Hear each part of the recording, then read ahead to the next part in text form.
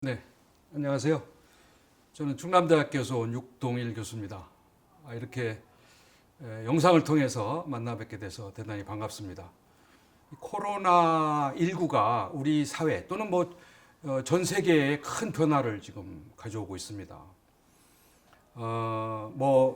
우리 삶은 물론이고 경제, 산업, 심지어 문명에 이르기까지 엄청난 변화를 가져와서 아마 새로운 세상이 될 걸로 그렇게 전망하고 있습니다. 유발 하바리 교수도 이 코로나 현상에 대해서 이제 이렇게 간단하게 전망을 하고 있는데요. 이 재앙은 이제 멈출 것이다. 그러나 과거로 돌아가진 않는다. 많은 사람의 희생이 있어도 이제 새로운 뉴노멀 사회, 새로운 시대가 펼쳐질 것이다. 이런 전망을 하고 있습니다. 그 이스라엘의 젊은 교수인데요. 아주 우리에게 많은 시사점을 주고 있습니다. 특히 이 코로나가 자체의 전염병도 무섭지만은 그보다도 우리 인간이 갖고 있는 무지 그리고 증오 이런 것들이 이제 더 큰 문제로 나타날 것으로 이렇게 경고를 하고 있습니다. 제가 여기 화면을 통해서 지금 코로나의 현황을 좀 잠깐 소개해 드리겠는데요. 미국, 인도, 브라질, 유럽 할 거 없이 전 세계적인 팬데믹 현상이라고 그러죠. 아주 위험한 현상입니다. 그래서 저는 오늘 이러한 코로나의 그 팬데믹 현상이 여러분들과 같이 지금 논의하고 있는 지방자치에 대해서 어떠한 영향을 미칠 것인지에 대해서 좀 말씀을 드리고자 합니다. 물론 지방자치의 상당히 위기적인 상황이죠. 다시 말씀드려서 이 코로나가 이 중앙정부의 역할을 더 강화시킬 수밖에 없기 때문에 중앙정부의 결정권도 더 많아지고요. 중앙정부의 또 재정적인 것들도 집중이 되기 때문에 아마 지방정부가 상당히 위축될 가능성이 있다는 겁니다. 그런 점에서 지방자치의 위기로도 볼 수 있는 거고요. 또 한편으로는 지방자치의 새로운 계기가 될 수도 있습니다. 발전의 새로운 계기. 말하자면 그동안에 우리가 놓치고 있었던 새로운 사실들을 우리가 확인하면서 중앙정부와 지방정부의 협력관계라든지 또 그 주민들이 이제 건강과 보건 문제에 관심을 가지게 됨으로써 지방 그 지역 발전에 관해서 보건, 위생 이런 문제들에 대해서 현장 중심, 지방 중심 이런 것들이 강조됨으로써 오히려 지방자치가 상당히 활성화될 수도 있다. 이런 그 측면도 있습니다.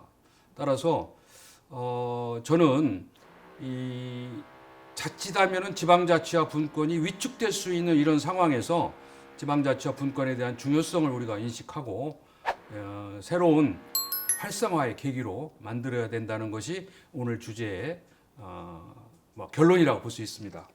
코로나로 인해서 나타날 수 있는 이 여러 가지 미래 현상들을 조금 보면은요. 지금 우리나라도 마찬가지죠. 물론 성공적인 방역 시스템으로서 세계 찬사는 받고 있지만 지금 변화하고 있는 여러 가지 것들이 이제 중앙정부의 역할이 좀 커지고 있고요. 또 강력한 지도자가 필요로 하고 있습니다. 이건 불가피한 현상이죠. 그런데 이러한 현상이 자칫하면은 권력을 집중화시키고 또 이게 잘못 가면은 권위주의, 전체주의로 흐를 가능성이 항상 상존한다는 겁니다. 이제 그런 점을 우리가 경계해야 되겠죠. 그리고 또 한편으로는 세계적으로 이건 우리나라뿐만 아니라 세계적으로 나타나는 공통적인 현상입니다. 코로나가 우리 보건 위생의 위기도 가져왔지만 경제적인 어려움을 주지 않습니까? 모든 세계 민들은 말할 것도 없이 우리 국민들도 경제가 지금 좀 어려워지고 있습니다. 중앙 정부가 이 어려워진 우리 국민들, 특히 소상공인이나 자영업자들을 지원하지 않을 수 없는 상황이죠.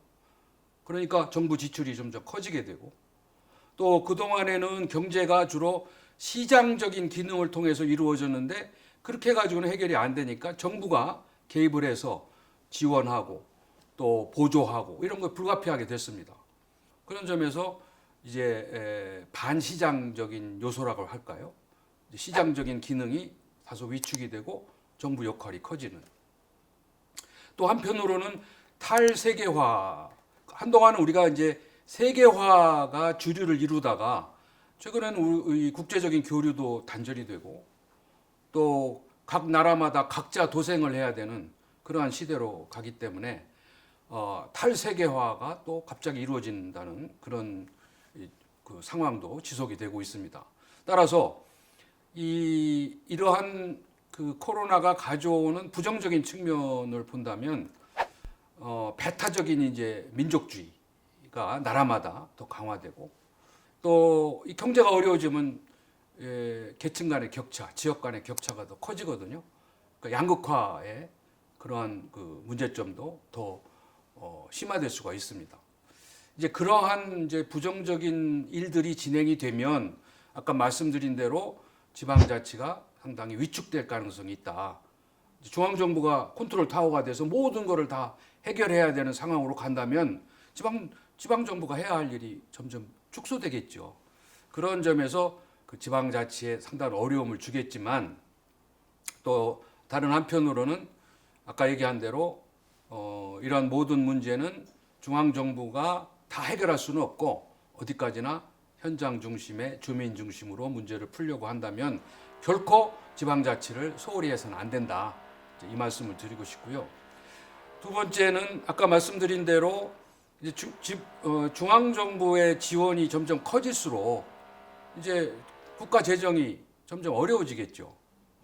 뭐 재정이라는 건 한계가 있는 건데 경제는 어려워지고 세금은 줄고 정부가 쓸 돈은 많아지고 이러면 결국은 적자 재정이 생기고 재정이 파탄될 수밖에 없습니다. 뭐 그렇게 가서는 안 되겠죠.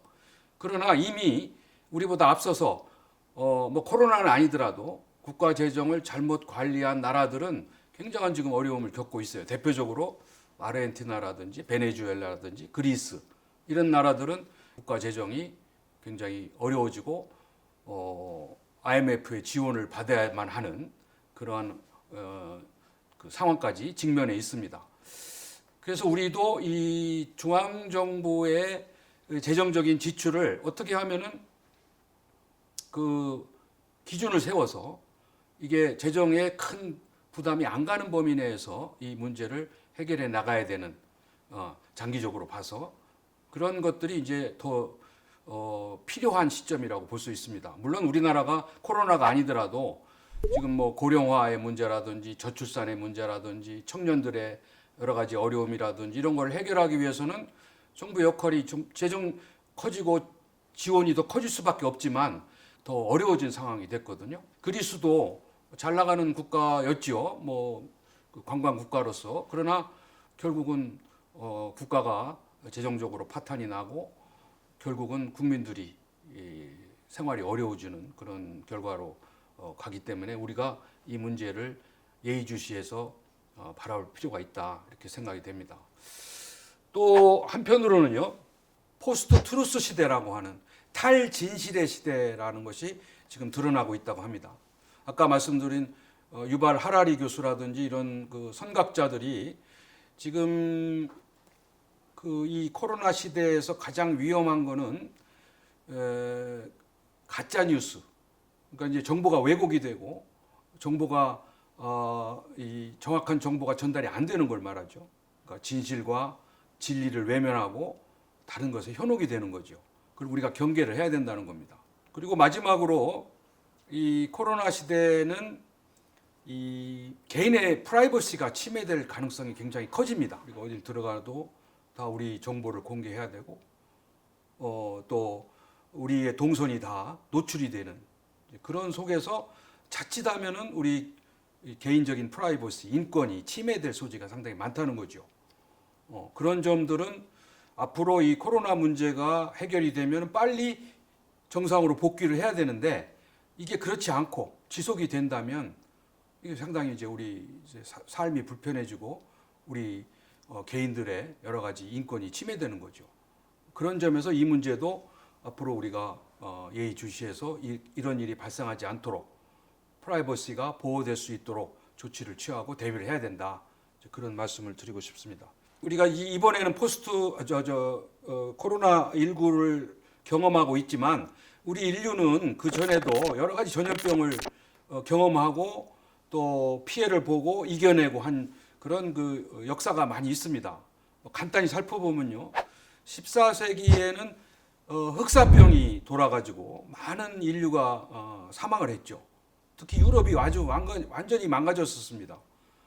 유럽의 인구의 한 5분의 1이 죽었다는 거예요. 한 2,500만 명 죽어서 당시로서는 굉장히 무서운 병이었죠. 그런데 이 흑사병이 많은 인류의 피해를 줬지만 그거를 통해서 또 우리 인류는 흑사병을 극복하는 과정에서 새로운 사회, 새로운 경제, 새로운 문명을 창조했습니다. 이를테면은 그 당시에 그 지배했던 중세 봉건 체제가 붕괴돼서 새로운 이제 그 체제가 만들어지고요.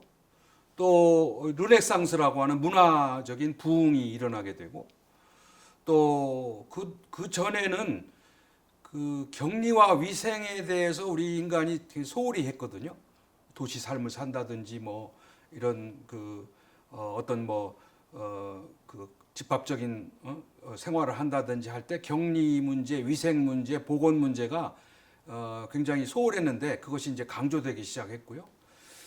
뿐만 아니라 이런 병은 또 반드시 이런 그 세계적으로 유명한 예술인들 또는 작가들, 예술품들 이런 것들이 오히려 많이 등장하는 계기가 됐다고 합니다. 왜냐하면 그 예술인들이 주로 집에 기거하면서 이런 것에 집중할 수 있는 그런 시간들이 주어지기 때문에 이 당시에 그 유명한 셰익스피어의 작품이라든지 데카메론이라든지 또 뉴턴의 만유인력도 발견한다든지 이런 것들이 이루어져서 사실은 우리 인류 문명에 큰 기여를 했다는 측면도 있습니다.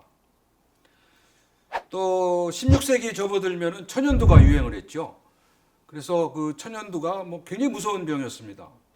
이것이 없어진 거는 최근에 이래요. 완전히 종식된 거는. 그런데 이 천연두가 남미에 들어가서 남미의 아주 그 주민들을 전멸시켰습니다. 그렇게 됨으로써 이 농업, 그 남미의 많은 주민들이 경작하던 그 농업에서 이제는 기계적인 플랜테이션 농업이 발전하게 됐고요.